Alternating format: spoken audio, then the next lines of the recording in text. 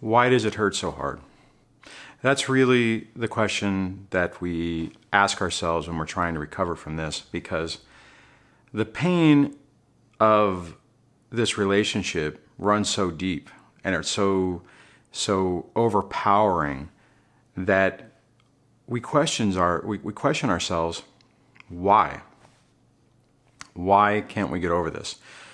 Why can't we detach from the other person? Why is it that when the other person's actions are demonstrating what we don't want to know, that we can't just look at it at face value and believe it? When we're going through this, we're looking for answers. We're trying to find a reason.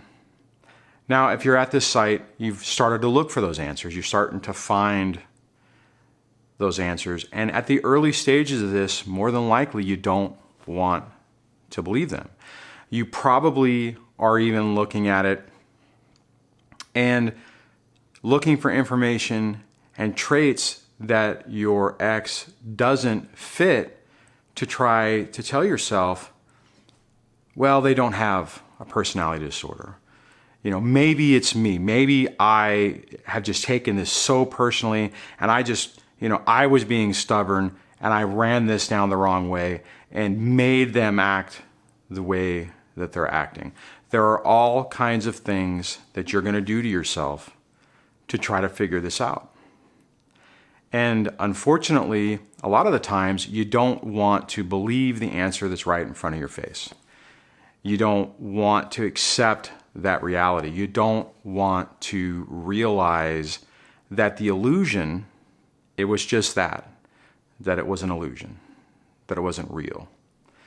It feels real to you. It felt real to me. And it's hard to let go of that.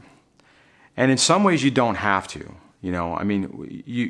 Just because the relationship may have been an illusion doesn't mean what you felt wasn't real. You were tricked.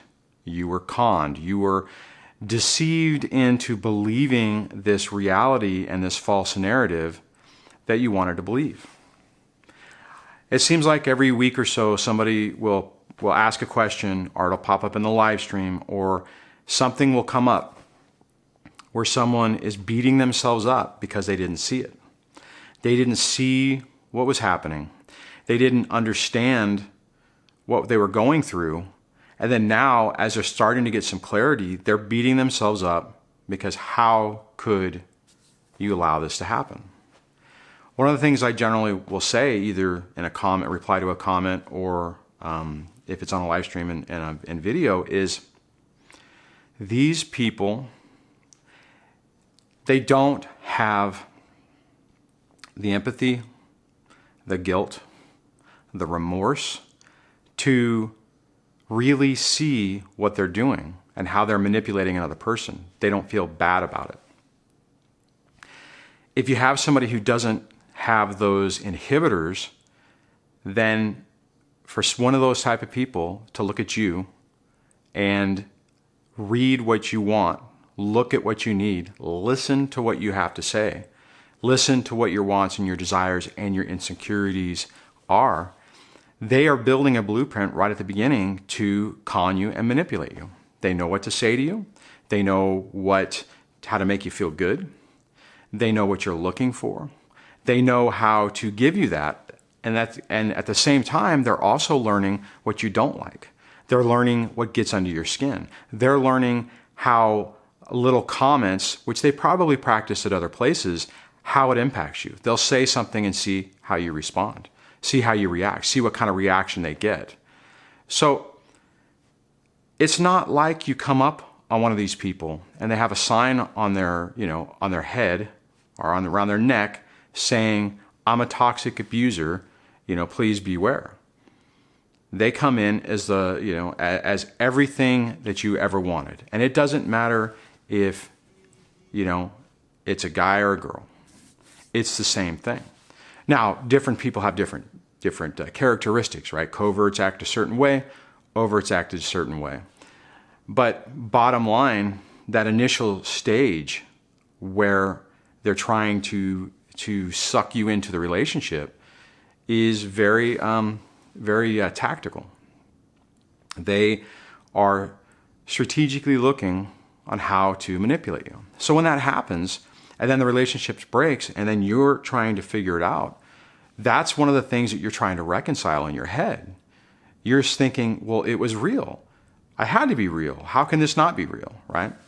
And that being the case, you're really questioning your version of reality. And you don't want to believe it.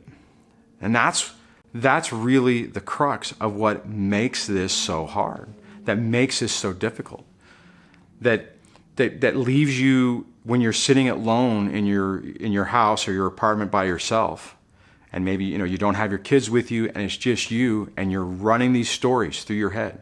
You're running these past experiences. You're running things that they've said that were nice, and things that they did that, they showed empathy. They showed that they cared.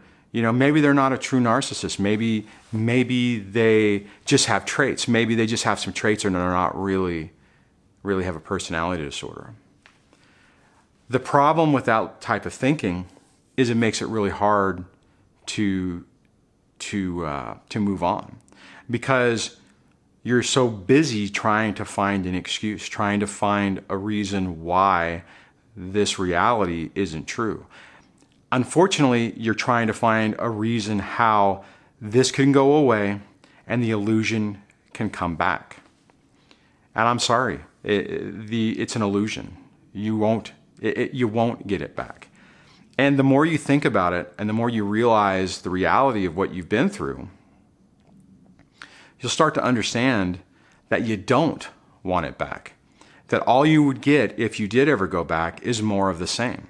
You would get more emotional abuse. You would get more subtle put-downs. You would get more manipulation. You would lose more. Unfortunately, people who do fall for the bait, they get lured back in, they fall for the hoovering, the abuse gets worse, because now you've established even a new lower boundary that they can abuse. And it's really, really tough.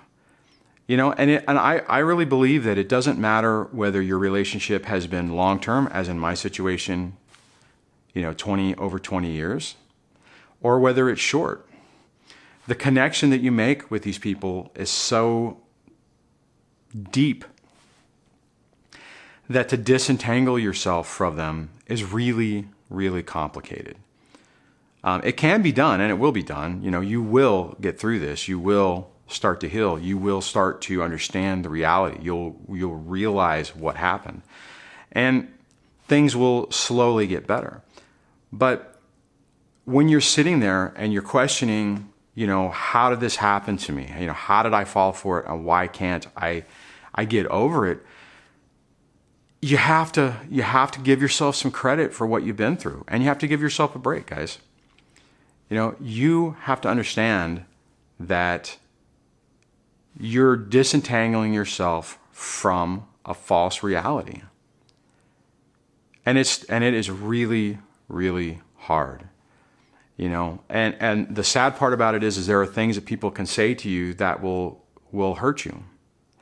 Not intentionally. I had a friend of mine at one point early on within the separation, when I was really struggling with all of this. She said to me that, she loved you the only way she knew how, or something along those lines. And it was really painful because, you're trying to reconcile in your head what that relationship really meant. And somebody may have said that to you. Someone may say that to you, that your ex, loved you in the only way they knew how, or they tried to love you, or whatever. And you have to be careful how you process that, because you don't want it to make you think that you've made a mistake and that you misread it, that the person did really, truly love you, and that this is just some colossal misunderstanding.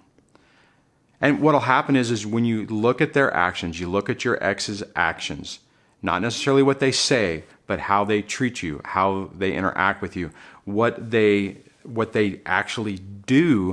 That gives you the answer that you're looking for on what is really going on.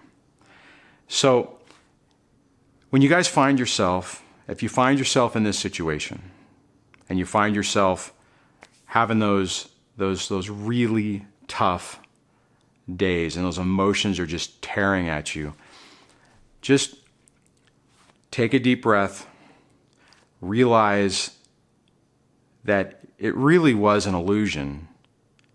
You've escaped it, and your brain and your heart are trying to figure it out. And there's nothing wrong with you with thinking along these lines. A lot of people have these type of doubts, and it's normal because of the type of abuse that you've been through, type of relationship you've had. This is normal. It takes longer. It's not a normal breakup. So, all right. So on that, if you want to add some to the conversation, please do that in the comments below. If you like this video, please give it a thumbs up. If you like the channel, please subscribe, and I will chat with you guys on the next video. Take care.